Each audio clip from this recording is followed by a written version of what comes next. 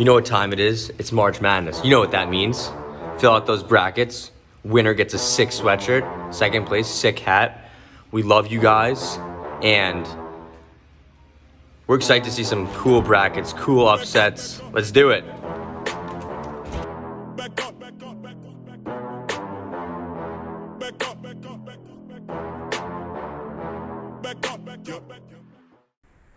What's up, everyone? We are back from a hiatus, and we are ready to talk about the huge March Madness game starting tomorrow.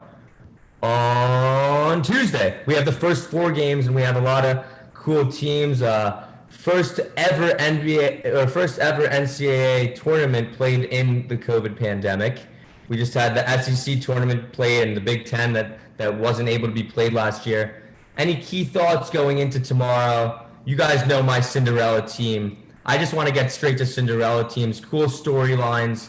You know me and Theo. You know we love Rutgers. I want to know what your guys' team is. A team that people expect to lose in the first round that you guys could, make a strong push. All right, we can talk about Rutgers because I know that gets the boys going. Listen, I agree with you guys. I think that the Rutgers are a good chance to win that first game against Clemson. I think they match up well, and after the great season they had last year and not being able to play in the tournament, I think they'll be extra motivated to really show out. And so I think they'll beat Clemson.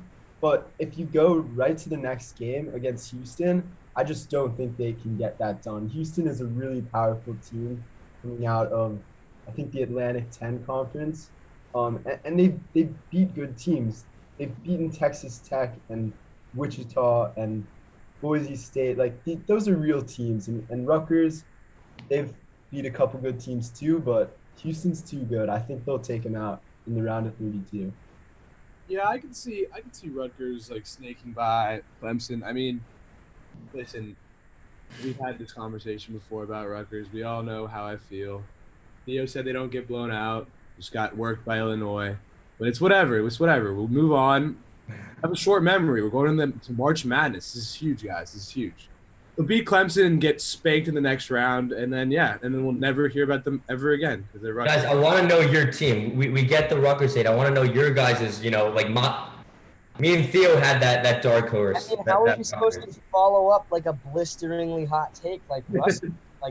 Rutgers gonna win the first round, maybe. Clemson is the favorite. Yeah. The Clemson is the favorite. They're still the underdog, but they might win in the first round. But then going into the second round, they're going to be overwhelming favorites unless Houston loses to who's Houston playing in the first? Cleveland State, which is not happening. So I don't know. I don't really see a long-term positive outlook for Rutgers, but that's all the commentary that I'll have on it because Wolf seems like he's getting offended. So saying you're find a dark horse, your dark horse dies in the next round. This is not a dark. Yeah, I meant I should say underrated horse. Goes all the way. It doesn't. Just a team that we are almost at consensus will lose in the second round. I do actually have a dark horse, and it's also in the Midwest region. It's the Syracuse Orange, and just hear me out, all right? Yeah, I've been looking on Twitter. People have been sleeping on them. However, they lost to Virginia by 3 points. I think it was the ACC tournament final. So, Virginia is a very good team. I also think Syracuse can do some damage. They do start off as an 11 seed against the San Diego State team that is 23-4. They're very hot, but I don't know. I think Syracuse are a good team. They've played good competition in the ACC all year, and I think they always come into the tournament and make headlines, whether it's losing when they shouldn't or winning when they losing when they should. Yeah, losing when they shouldn't or winning when they shouldn't. So I think they're definitely a team to look out for. Yeah, I want to jump in here. So I heard this thing earlier today, and they said that there's been a double-digit seed in the Sweet 16 of 7 of the last 10 tournaments. So I just want to know from you guys, do you think there's a double-digit team that that'll make it that far this year, win 3 games in a row? I don't know. I mean, there is a double-digit team in the South in Utah State that's playing against Texas Tech that I think can make it out of that first round. They're a really underrated defensive team, a really good rim protection, and in these slowed down March Madness tournament games, sometimes a thing like a really acute strength like that can make a difference because they're like the 8th ranked defense in the NCAA or something like that. So I could see Utah State making some noise. However, after beating Texas Tech, they would have to play the winner of Arkansas versus Colgate, which is obviously probably going to be Arkansas unless Colgate pulls up like some big upset. And that's not an optimistic matchup for them. But you never know. Every year we see something like UMBC, University of Maryland, that college that just defies the odds, and I don't know. Yeah, I'm excited to see who it will be, but it's so hard to predict. Like the odds of us calling out the dark horse that's going to do it is really low. It's just a tough gamble. I mean, this is a little bit less of a hot take, but like just a really cool matchup. I think I want to focus on for the Midwest just for the first round. Tennessee, Oregon State. I don't watch a lot of college basketball, admittedly, and I try to speak on it as much as I can. But Oregon State, I saw they won. They just had a major upset in the Pac-12 championship to win it. That gives them some momentum. And then I watched Tennessee, and they held their own against Bama until kind of choking it a little bit towards the end. So two really capable teams, I feel like, right there. I have Tennessee moving on, but I also have Tennessee moving on pretty late in the tournament. I think they can make a pretty good push. I don't know. I mean, I think Illinois is pretty good, but I think Tennessee, just with the SEC speed and everything like that, they could make some noise. I don't know if you guys are focused on Tennessee at all. The one thing is I've seen they've lacked consistency and stuff like that, but they almost won the other day. They almost won. So. Oh, actually, Joe, I completely agree. Tennessee is one of my I guess dark horse. They're still a 5 seed, but I also think that they can knock out Illinois. So I don't think that's a crazy take at all. Yeah, I also do think that's a pretty good take there. Another interesting matchup is the Ohio-Virginia matchup in the West. Ohio has that one guard. What's his name? Preston. Whatever. He's a guard. He's Jason Preston. Yeah, Jason Preston. He's a really good playmaker. He runs their offense really well. He's a capable scorer. He gets it. He's a hustle player. I'm pretty sure I saw a statistic of him averaging 16 to 17 points and up above 6 assists and rebounds each. When you see a player like that, you're like, wow, this guy's a workhorse. He does it all on the floor a little bit. And, their record is not that much worse than Virginia's. And I just think that could be a compelling matchup to watch too. But without, it's just so hard to predict because even if we're wrong about one of these first round matchup upsets, whatever, there's going to be one, and that's going to affect how maybe a dark horse would look to us because their next round they're not playing, say what if Cleveland State upsets Houston? That's going to completely change our outlook on Rutgers and their run in the tournament. So it's just really hard to tell this early on just to make a dark horse candidate, but I'm glad Theo and Wilf are staking their entire reputations on Rutgers. It's really But cool. the thing is, I think in really quick, Wilf, obviously this is March Madness and people don't get people have never gotten a perfect bracket officially.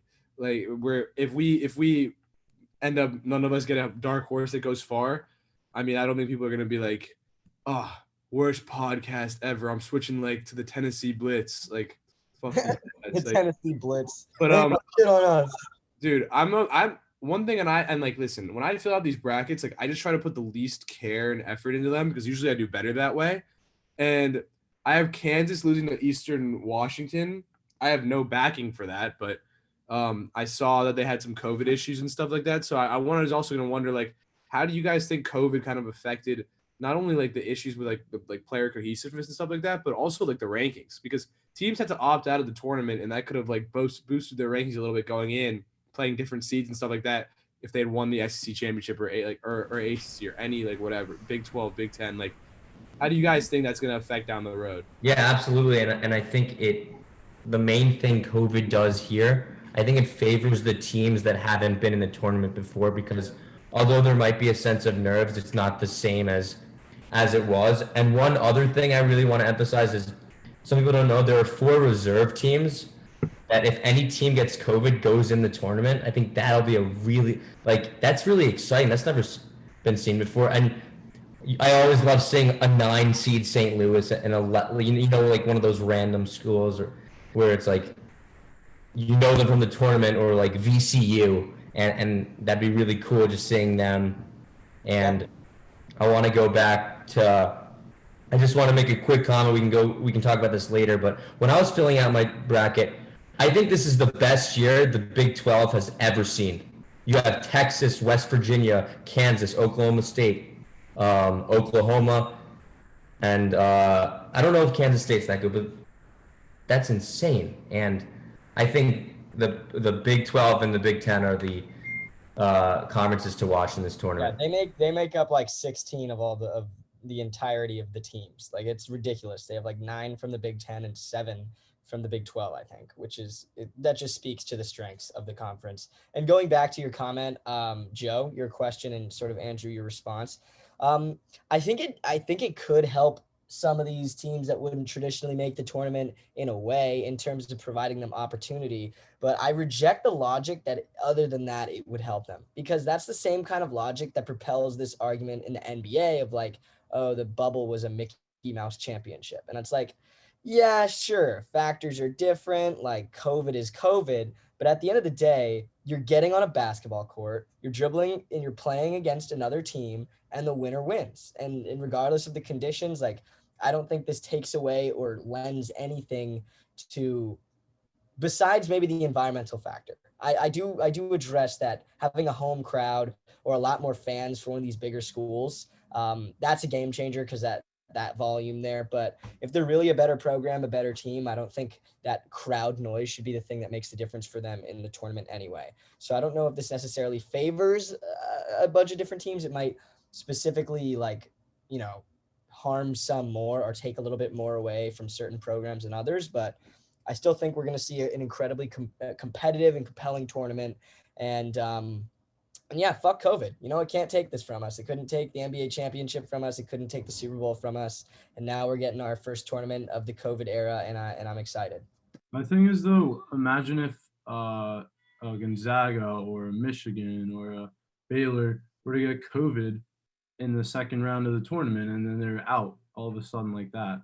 And it's not a team that's not a team that should have lost. It's just unfortunate because they had COVID. I think that's obviously unfair, and that's not like something that can be fixed or whatever. But why haven't the players been vaccinated?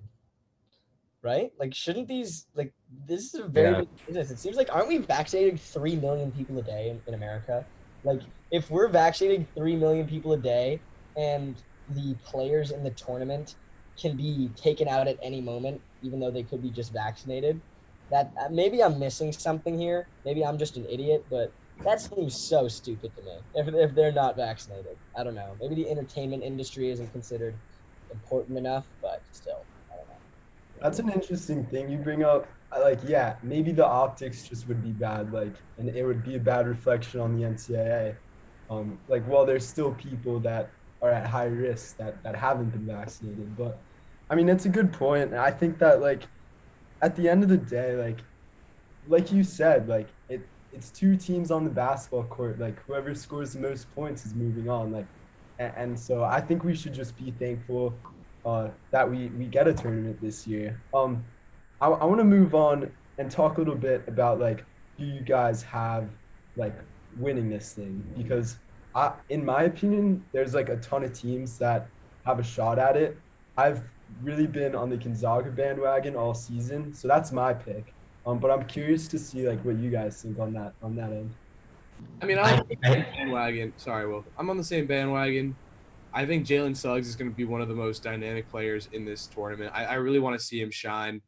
I hope he goes out there and balls and just puts on a awesome, because whether it be a team like Gonzaga, who's one of the best teams, or a team like Ohio, who is what was the guy's name again? Just it's really raw, whatever. I love just seeing those teams in the tournament that just have that one guy they can go to. Obviously Gonzaga is really great, with a lot of players supporting cast, but I love seeing that one player shine in the tournament and just really really just showing his raw abilities out there. So yeah, it's all about. I'm gonna say Gonzaga, but like I'm just excited to see. Like I want to see a player like emerge as like the guy. Like I want to see a tournament. Like I want like obviously what Kemba did was insane, but like I want to see a guy like, go out there and shine. More recent example of what you're saying, Joe, is John Morant. Like, Yeah. remember when we were watching, it was all Zion before the tournament, and then John Morant exploded onto the scene and like made this case for not real case for number one pick, but like propelled himself to the top of the lottery, and it was all because of his showing with I think it was Murray State was his college in the tournament. And I'm really looking forward to seeing maybe someone make their case for an NBA career and a blossoming star come out of this. It's just a really exciting thing to have back. And as Jacob was saying before, you just got to appreciate that we even get to watch this basketball. But overall, I agree, Joe, I think you were talking about how we do want this star to emerge, but without that foresight, I'm going to say Gonzaga's the team that I'm betting on here. They're just like dominant. They have been all season. I feel like, are continually a mainstay at the top of this conference and in the tournament, speaking to the strength of their program. And in a time of instability, maybe going back to that COVID conversation a little bit, however we moved on for that, whatever we concluded, but in a time of uncertainty and instability, like maybe the steady hand of an experienced program can guide them through. But they've also played all stellar all year, so it's not even up to like hypotheticals like that. So I'm just going to say Gonzaga, but if we do see a star explode onto the scene or a wild upset, I certainly won't be mad as a basketball/sports fan. I'm going to be like, fuck yeah, that's all. So this is my argument. Gonzaga's always there. They beat ranked teams like in Iowa or Kansas this year. Sure, they did, and they did win very emphatically. But there is a difference in playing in Gonzaga's conference than playing in the SEC, and playing in the Big Ten, and playing in the ACC. And I see Kansas beating Gonzaga. The way Kansas has been playing recently has been very momentumly driven. And if you look at Kansas is going to play Eastern Washington, then USC, and then Gonzaga. Gonzaga doesn't really play a great team until, honestly, they could lose to UVA. Like, they are really good. I love Jalen Suggs. I just don't see them. Iowa too, though. Kansas would have to beat Iowa before playing Gonzaga. Yeah. Oh, dang. Yeah. Okay. I see Gonzaga losing that round. I think it's notable that like Gonzaga has played they've played Iowa, the number 2 seed, Kansas, the number 3, and Virginia, the number 4, like all in the regular season, and beat all 3 of those teams by 10 or more points. That was 3.5 months ago. You have to factor that. Okay, and they haven't lost a game since. Like, look at Kansas. They're a way different team now than they were. Yeah, no, those are the same teams. Like those are the 2, 3, and 4 seeds in there. I don't know. Just when I look at this bracket, like I love Gonzaga. I already did, but now that I'm looking at the bracket, like they have the easiest route. They've shown us they can really, really beat down on the teams that they are going to have to play if they want to be in the Final Four. I just think that like of all of these teams, like Illinois, they've been playing great, like Baylor, whatever, Michigan. Gonzaga's beaten these teams before, and I don't think it's crazy to think they'll do it again. Yeah, I'm gonna have to go a different route here. I really like Baylor. I think they're a great team. They average 84.4 points per game, which is 4th in the NCAA. So they can score a lot of points, obviously. Coming out of the South, I think Ohio State's definitely a competitor for them. But other than that, I don't really see any other teams that I think are going to challenge them that strongly. They also, I don't know, just from their showing in the Big 12 tournament, they didn't win it, right? No, they lost to Oklahoma State. Yeah, I mean, Oklahoma State would be the one team where I'd be like, oh, maybe they can, but they're in the Midwest, so they're not a problem until then. But I don't know. I always tend to stay away from Gonzaga. They're always there. They're always like a 1 or 2 seed, and they always end up disappointing people because they do this where they go 26-0 and then they'll lose like a random game against like Oklahoma. But so does Baylor, and that's why I think Villanova wins there, because Villanova's been playing without like their best player for the past couple of weeks. Over Baylor. I like Villanova. I don't know about over Baylor, but Baylor's been like such a powerhouse all season. But I like Villanova's team, so I don't hate that take, Wilf. However, we've talked a lot about college basketball, and when I was asking some of our viewers what they wanted to see, they definitely mentioned March Madness. However, they were also talking a lot about NFL free agency and all the madness that's gone down over there, specifically with Bill Belichik collecting all of the freaking Infinity Stones and signing 1 billion free agents on day one, to Taysom Hill getting a, whatever adjective, whatever, like, I can't even have a word to describe the I mean, I don't even think it's that inappropriate, but Taysom Hill's contract was just so surprising when I read that headline. And then there's a bunch of other news all around the association as well. So I guess, what are your guys' thoughts on NFL free agency, how it started, and what pieces are left, I guess? I mean, as a Dolphins fan, this is literally like my worst nightmare ever. Like, it just shows, like, they don't rebuild, they reload. The Patriots, they don't rebuild, they reload. Like, they just reloaded their entire receiving core. They addressed that need head on. Like, if I'm a fan, I'm like, thank God the front office has a capable brain. They signed Jonnu Smith, Aguilar, and the guy Kendrick Bourne. All great dudes, all young, all extremely talented. And Jonnu Smith, honestly, was like one who scares me the most because he's just such a versatile player. Aguilar had a really good season on the Raiders too. Yeah, I mean, and he torched us when we played him too. He's a great player as well. He's a deep threat. Like, so I think, I mean, there's two ways I can like talk about this. From a Dolphins perspective, I can just pray that Cam Newton is just terrible. Like pray that he just doesn't know how to throw the ball anymore. But like, from a Patriots fan, I'm feeling really good. Like, I'm feeling really good about what they got. And yeah, it's also interesting though. They did lose Joe Thuney, who's a pretty good interior lineman for the Patriots. They just lost into the Chiefs, which is really interesting because now I just see another reload for the Chiefs because they get that lineman that they needed. They struggled in the playoffs with that. Because they lost Eric Fisher though, so they just replaced him. I know, but they needed it and they addressed it. I just think there's some things that people are addressing the needs head on right in the beginning of free agency. But yeah, I think that's really interesting. And also, Jets had some pretty key signings too. I want to just propose this one thing.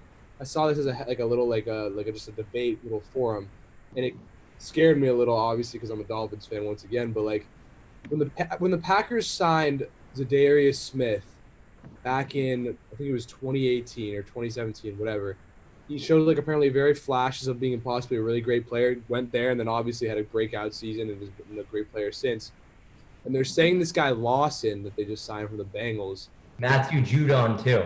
Don't sleep. They just signed him from the Ravens, and he was the other Zadarius Smith. And okay, well then, yeah. So then both those guys, like, Jets are also loading up in a very low key way. Corey Davis also, dynamic player. 1.5 a year. I don't like that one. That's a different story. What do you guys think about the Corey Davis? I like Corey Davis. I think that I think he's right.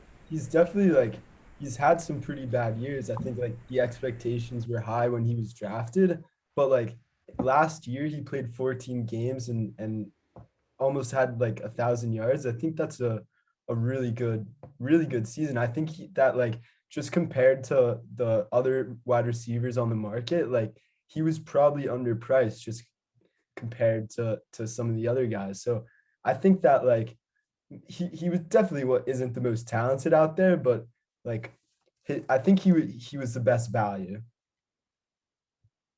I guess so. Well, I want to talk about, maybe this will cheer you up as a Dolphins fan, Joe and Jacob. One of the most high value free agents still on the market, and that is Kenny Golladay. I think this guy, Pro Bowl wide receiver, he's elite. He's a game changer, and apparently the teams with the most interest and most likely to sign him, from reports that I'm reading, are the Dolphins and the Giants. So that also might excite Theo a little bit. But this guy's a deep threat. He's an elite receiver, good route runner, Pro Bowler, and he's young. And I think he's definitely someone to keep an eye on coming up. I think he'd fit. I think he'd fit really well in New York because Daniel Jones hasn't had that type of big body receiver that he needs. Sterling Shepard's great, but Kenny Galladay is a true wide, true number one receiver, and the Giants haven't had that since OBJ. And you put Kenny Galladay in there with Joe Judge. I think it's just like a fun, exciting offense with Saquon. You don't really hear that much. The Giants is a fun offense. Put Galladay in there, a lot of things change. It opens up a lot of things. I think with the Dolphins it could be good, but I don't think they would use him as efficiently as they would in New York because they had Devontae Parker, which is a similar receiver to me. Yeah. Yeah. I mean, it's really exciting to talk about these things. I think he would fit well on either team. I think Tua would be so stoked to have Galladay to throw to. And obviously, as you said, Daniel Jones would love to have that big body wide receiver as well. We can't forget there's other players like Juju Smith-Schuster still out there to be had, although I'm not sure what kind of contract he's looking for. I heard he's signing with TikTok. I saw that somewhere. High pass. He's signing with TikTok. I heard he had a contract with High Pass in the works, so that's really exciting for him. Focus on That's sick, dude. before he starts doing all that because he didn't have a great season last season. Yeah, maybe I'll see him out there on the social media field, social media football. I don't know. Anyway, yeah, Juju, and then Aaron Jones signed his 4-year deal. Dak signed his 4-year deal. This is a year of some pretty big names. Bud Dupree got put to the Titans, and but Shaquille Barrett's still out there. But it's just really interesting. Shaq resigned. Shaq resigned in Tampa Bay. Oh, he did? Okay. They also got Godwin back on their franchise tag, if I'm remembering correctly. So Tampa Bay also brought back Gronk on a 1-year, $10 million deal. So they're just basically running it back, trying to go back to back. I don't know how likely that is, though, with some of the other factors, but we'll talk about that when the time comes. It's just exciting to be able to talk about football again because even though it's only been like a month, like I don't know, I missed it. So did you guys see that Clowney's also on the market too? Yeah. So he's on the market. Also, I don't think we mentioned him, but Trent Williams. I mean, I'm seeing that he's like almost one of the top free agents that is actually out there, and he's one of the. Did he get moved to New England? No, I think you're thinking about Trent Brown. You got traded. Oh yeah, you're right. Trent Williams is like one of the best tackles in the league. So he was on Washington. Right, the football. He's 37. Like he's great. Like he's a really great player, and you don't see a left tackle that athletic, that much of a leader. But I think there's a sense of like he's so expensive. Maybe we go for like a more young left tackle. You don't need to be young. I mean, like obviously you got to be young to play football, but like you can be a great tackle late. But they're usually more expensive, I'm saying. Yeah, no, for sure. But I think he's still one of the top prospects. I really hope Fitz doesn't go anywhere though. That would really suck. Just like tug at the heartstrings a little bit. Fitzpatrick is what I'm trying to say. Yeah. But I wonder if maybe he'll have opportunity to play somewhere this year. What do you guys think? Like maybe get a starting job. I hope so. I mean, I love seeing Fitzmagic on my timeline. He deserves it, dude. He deserves it. And he's that guy in fantasy football that rescues you if you ever have an injured quarterback or I don't know, if you want to make a trade or something like that. He's the best backup quarterback out there. I hope maybe he goes to the like Wilf just put in our chat Jaguars. I love their free agent moves. Philip Dorsett, Agnew, Hyde. Like, I actually really hate Minshew, but we're gonna be having T-Law. Why do you hate Minshew? Minshew's such a guy. Yeah, he's a guy, but he will not be the starting quarterback next year. Philip Dorsett's very underrated, and I think he could be really good in Jacksonville. Maybe none of those names really popped to me. I mean, I think they have a ton of need.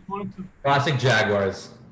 I just wanted to bring up the Giants giving Leonard Williams a franchise tag. I think that's a good move, in my opinion. I feel like they've always had like a few solid guys around their D line, but honestly, this year is probably not going to be the greatest for them. I'm hoping. I think that getting Leonard Williams on the franchise tag was obviously a good move, as I said, and I'm hoping that they can get Galladay, as you were saying earlier, Wacker, but realistically, they're probably not going to, and it's probably going to be another one of those shitty seasons. But I don't know. I'm honestly I have a positive outlook for the future. I don't think the NFC East is going to be that good this year as per usual. Anybody know where Curtis Samuel went? He might be a guy that the Giants could go for. Are you sure he's still in the league? They definitely, I mean, they need targets. That's the thing. Curtis Samuel?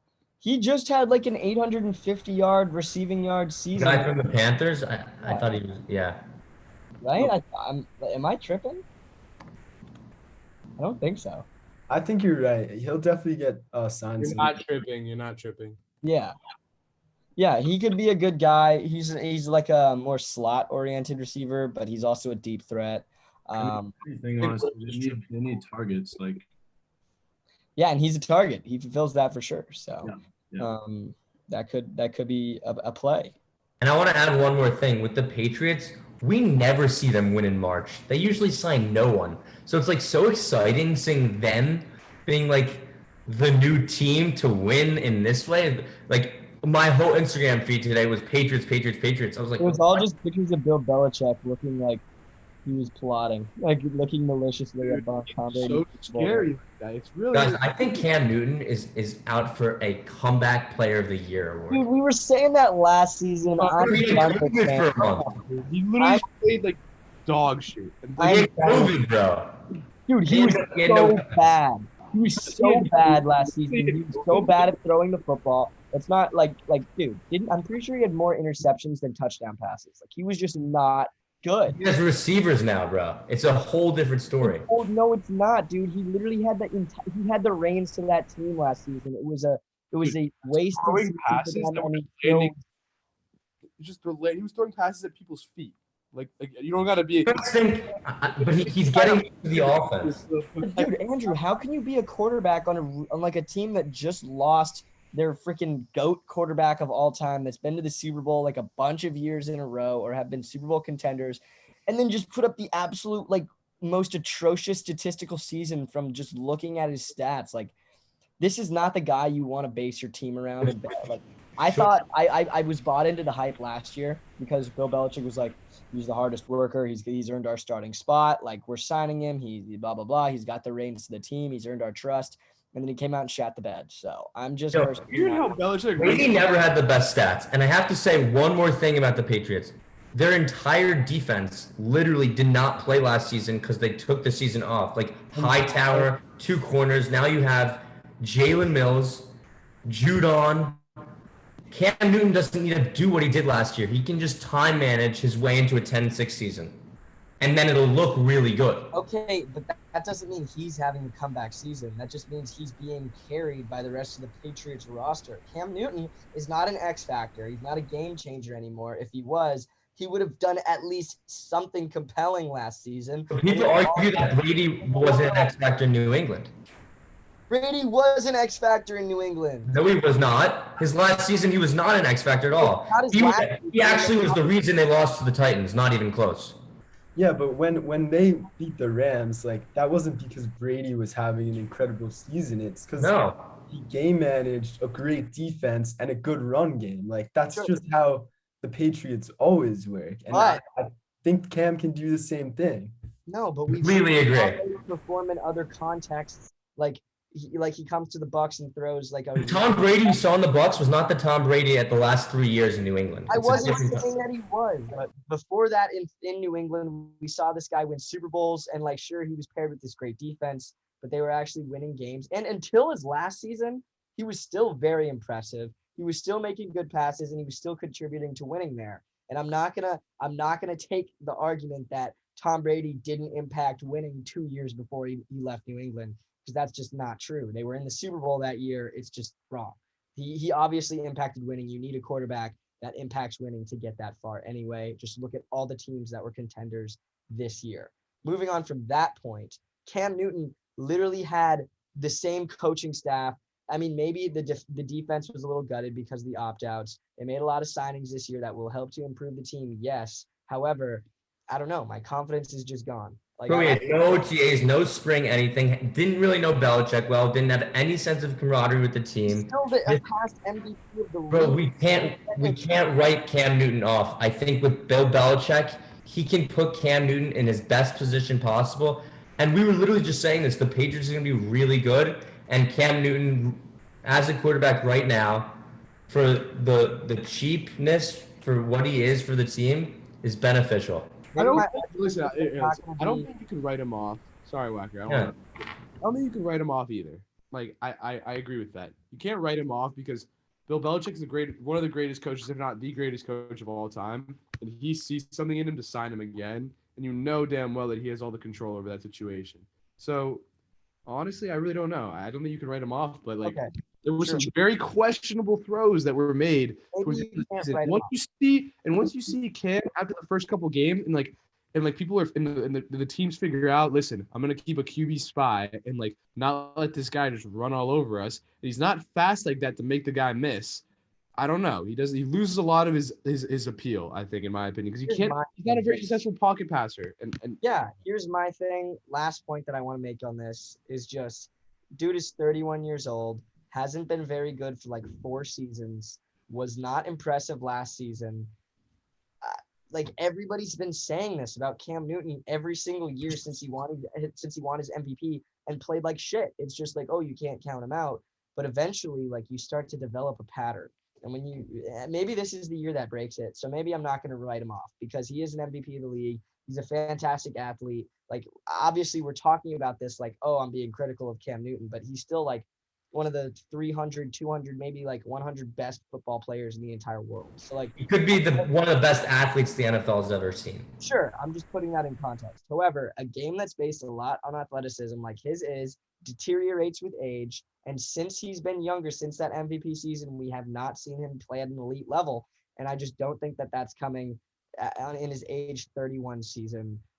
Even though the Patriots might be better, I think maybe I'm pivoting my argument to saying Cam Newton is holding them back and they'll be bad to maybe they'll be good and Cam Newton will be what holds them back. Because again, look at all the contenders over the past couple of years that really had a chance to win the Super Bowl. The ones that have been there late in the playoff, they've all had really competent, confident, and just quarterbacks that were ready for that moment. And Jared Goff is definitely ready for that moment. dude, I mean, he was that season. He threw like 4,000 something yards that season. Like that's not something we've seen out of Cam.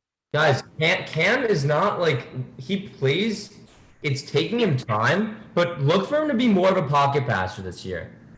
Cam Newton, people wrote him off in Florida. People wrote him off in junior college. People wrote him off in Auburn. People wrote him off in Panthers. Cam Newton always proves the doubters wrong. I guarantee you he will have a very good season. Dude, one thing I want to propose out there. Or the season before that. Think about this. We're talking about the AFC East a lot. I think they could potentially be one of the best divisions in football next year. I want to know what your guys' thoughts are on that.